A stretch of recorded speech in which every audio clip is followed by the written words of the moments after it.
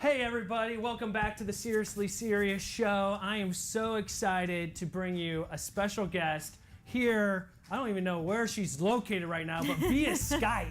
Skype before she goes back on tour. The one and only Dawn from Fireflight. How you doing, Dawn? I'm doing good. What's up? Give it up. Hey, so may I ask, where are you right now?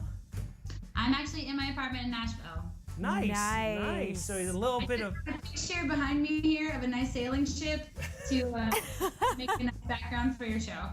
No, that is awesome. I like it. I like how you pulled no stops for Remedy Live. I like it. Just bring it all out. So you're on the extra mile. Oh, and your smile. Awesome. So you're just on a little break? Extra mile. Oh, the extra mile. All right. I like your smile though too.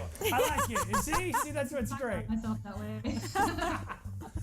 Oh, I'm sorry, but I'm glad you got a great smile and you went the extra mile. That's right. Thank you for doing that for us. I'm so glad you're here with us. But you're going back on tour already on Thursday? That's right. We've got a couple shows this weekend in Ohio. That is awesome. So, before we jump into the new record that you're working on, which I'm so excited to talk about, you have been together for like 14 years. What's it been like to be doing something that long and then staying in the Christian realm and being able to do that?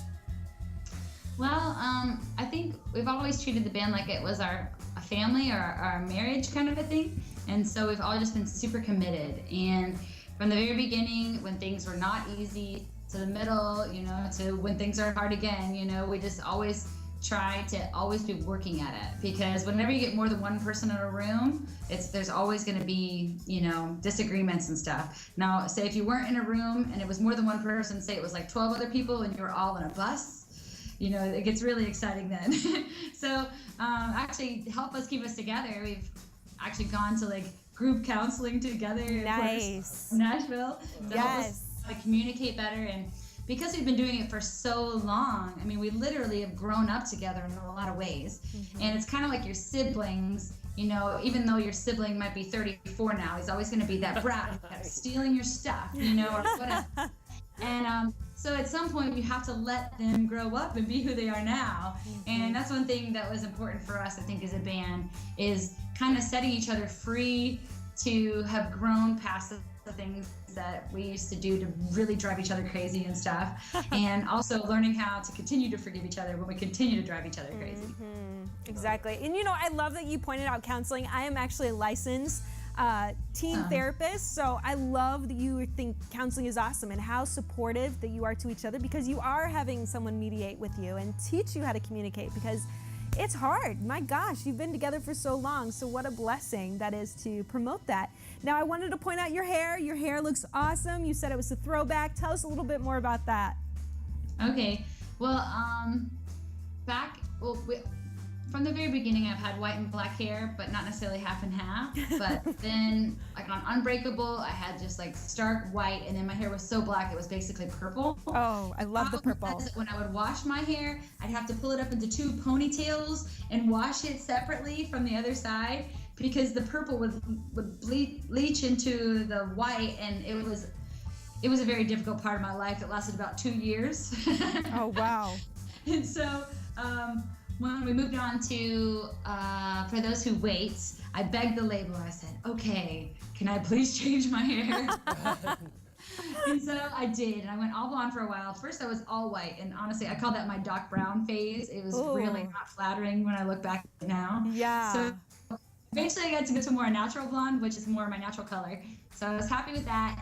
And then in the more recent years, I was like, I kind of miss the old contrast. So I was able to do it with more natural colors, so they don't soak into each other and stuff like that. So it's a lot easier to take care of, but I still get to have back the original thing I was going for. Well, and I love that, because I think our hair, especially as women, is some types of our identity or where we're at in that season. So thanks for sharing that story. And I hear you have another story about the Dove Awards. True. Is that right? Tell us a little bit about that.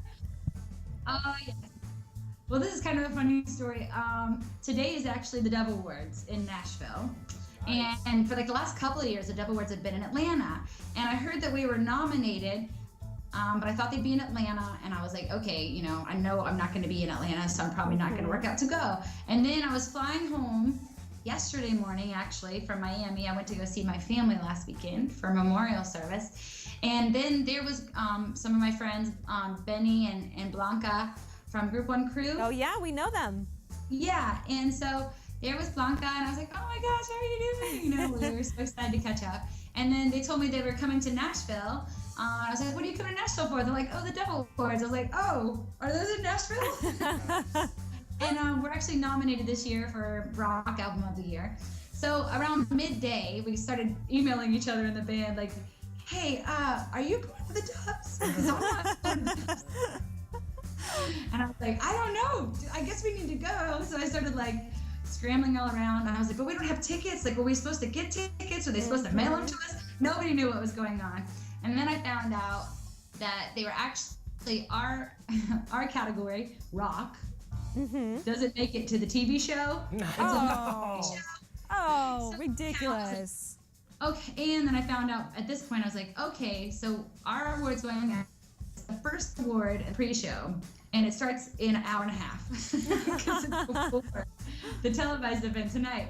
So I was like, I'm not gonna make it. And I was like, well, at least it's not like televised and say they announce it and they like go to look for us in the audience. Oh, exactly, and you're not there. I love that.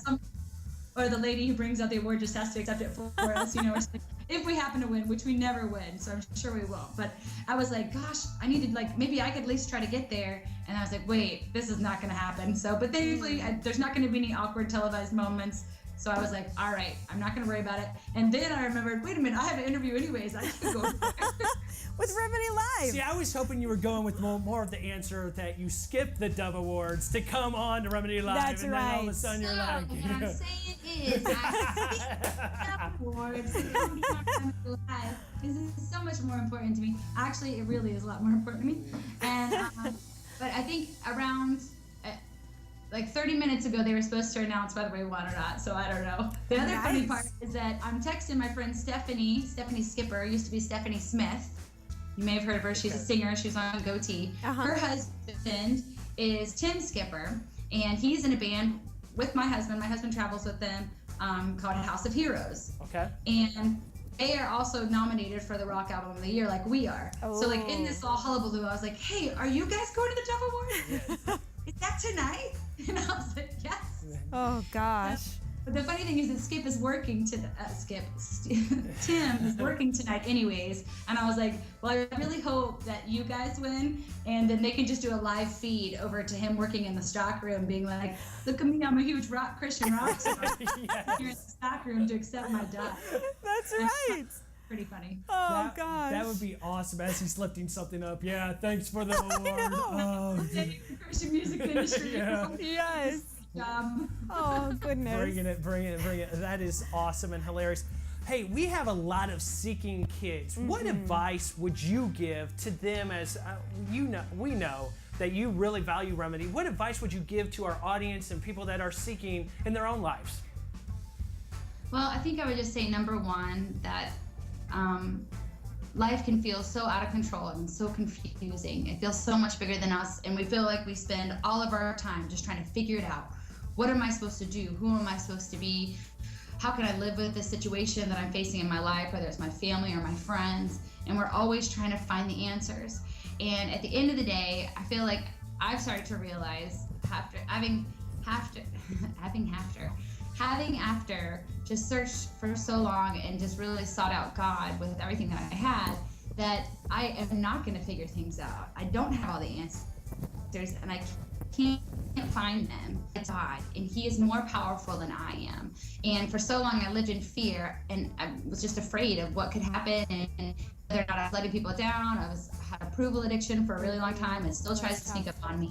Yeah. And you know, I've kind of had a lot of highs and lows in my life. I've got one of those weird stories where if one more bad thing happens, you know, it's not going to be a fun story for people to listen to anymore. It just gets kind of uncomfortable. You're like, gosh, this is too much. And so I know what it's like to feel like the bottom just dropped out from under you. I know what it's like to feel like you have no hope and there's just no future that you can see that will bring you any joy. But being on the other side of that, because in that time when I felt completely lost, when I hated God, when I pushed him away, when I didn't want anything to do with him, he sent other people around me to love on me for him. Yeah. And maybe you're watching today because you don't have anything good in your life anymore, and you feel like you just don't have any reason to keep going on. Well, maybe I'm the person who's here to tell you today that God loves you, and maybe he sent me when you won't listen to him anymore. And I'll let you know that God loves you so much. He loves you right where you are. And whatever it is that you're facing, if you will look to him, if you will draw closer to him, he will turn things around. And one day you'll feel like not only have you turned the page in your book, but you got a whole new book and a whole new life. And this happened to me, and I can speak from first person. Well, that is powerful stuff. Absolutely. And I just want to thank you for being open and vulnerable, just to sharing with our audience, because that's what our audience needs to hear. And I would just want to thank you. We have one last question. We have an email question for you. It says, "You're a huge inspiration to me, and I will be going to your concert in Cincinnati, Ohio." Nice. I was wondering, what made you choose Christian rock, and have you ever thought about doing more contemporary songs? I love your rock sound, but I was just curious. Well, I knew that when I was in high school, it was spoken over me. It's a very interesting supernatural thing happened to me. But I was at a spiritual warfare conference, and there was a Hispanic pastor that was there, and he was speaking to the crowd. Everyone in the crowd spoke English, but he spoke Spanish. So his wife was sitting next to him, and she was interpreting the whole time, telling everyone what he was saying in English. And I was sitting in a row with some other friends of mine, other young people in high school too. And he called out to us, no, but she explained, he said he wanted us to come up front. He was going to pray for us.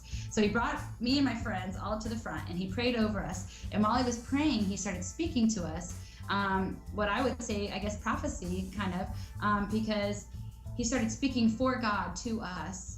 Directly to us. And this is a man who I'd never met before in my life. He spoke Spanish. He didn't even speak English like I do. And when he came to me, he said, "Sing to me, my daughter. Sing to me morning, noon, and night. You'll be like my Miriam. You'll be like my Mary. You'll be like my Deborah." And one of the moms who was there with us that day, she wrote everything down. And I came back to her afterwards, and she looked at me. She's like, "So you're going to be a singer, huh?" And I was like, "Is that what you got from that? Is that what just happened?" Wow. So obviously I felt God had called me to sing in some way, shape, or form. I didn't know what. I sang at my church, but I didn't want to grow up to be a choir director, which was in my church basically what the women singers did. So I just didn't know. But then when I was graduating from high school about a year later, I was approached by the band. I sang at a graduation service, and Glenn and Wendy were there to see because their brother graduated with me. And they said, "Do you want to sing in a band with us? We've been looking for a singer." And they had seen me sing at the FCA service. I sang a Jennifer Knapp song with one of our friends. Nice. Love Jennifer Knapp. Yeah, and so they came up to me, and then I started singing with the band, and I felt like God told me in my Bible study one day that he was going to take us out onto the stage of the world to show the world, to share his love. And that's been 13, 14 years now, and we're just going to continue to sing. We sing about what God's done in our lives, and how, because God's the only reason I'm still here. He's been the major theme in my life, which is why the story continues. And so we just sing about what we feel like God puts on our hearts. And there is a lot of talk about Christian, non-Christian music and everything. But as I get older, I really feel like if music is good music, not if music is, got bad stuff in it. But if music is good music, all good things come from God. And I myself have heard mainstream songs that have changed my life more than some Christian songs have. So what I would say is, whatever we do, we're going to endeavor to continue to make music that God has inspired us to make, and ultimately it glorifies Him because He's the ultimate creator. Awesome. Wow, that's an awesome testimony for sure. And thank you for sharing that and just being so authentic. I love that artists like you come on here and share authenticity, because that's what we want to hear, and that just translates into so many lives and impacting them. So where can our teens, where can the people watching this find you at? Where's your information? Where can they buy your songs? Yes. Fill us in. Well, they can go to iTunes to buy our songs. We're in a lot of Christian bookstores. We used to be in Walmart. I don't know, they're kind of shrinking all their CD sections for every genre. But they can also find us at at facebook.com/Fireflight. And you can communicate with us there too. We answer all of our own messages. If you need someone to talk to, someone to listen, be warned, we're going to encourage you. So if you're ready to who you are, you might not want to talk to us yet. But we're there to talk to you guys there, and come out to shows. We always have CDs and posters and stuff, and we're always hanging after the sign stuff and everything. So if you want to get something signed, the show is the best place to do it. And we hope to see people out at shows. That's awesome. Awesome. So what's a website that they can go to get all the shows, all that kind of stuff? Because you're in Ohio, then you're like back in Florida, then you go to San Diego. What's the website? Yeah. It's a lot. Well, they can go to fireflightrock.com. Fireflightrock.com for all their basic needs, and they can contact us and also find that same information at facebook.com/Fireflight. That's Awesome. I want to thank you personally, and I want to thank you on behalf of the team for joining us today, taking some time out of your busy schedule. You're relaxing before your next little trips and your next little big shindig concert, rocking out, doing all that kind of stuff. I just want to thank you for taking time with us today. Oh, thank you for what you do, and thanks for the opportunity. No problem. So you hear it first. You can go to her website, to the Fireflight website. Make sure you go there. You can follow them, follow their Twitter, Facebook page. You can buy their music on iTunes. You can buy their music almost anywhere. Make sure you pick it up, and make sure you go to their concerts if you can. They're in Cincinnati. They're around us. We're in Fort Wayne. It's not that far. Go to their concerts. Make sure you check that out. Say hi to her. Say, I heard her from Remedy Live, and tell us it's awesome. And I'm just joking. Remedy Live. High five from Remedy Live. Thank you again so much, Dawn. We're going to play actually some Fireflight right here, right now on RemedyLive.com.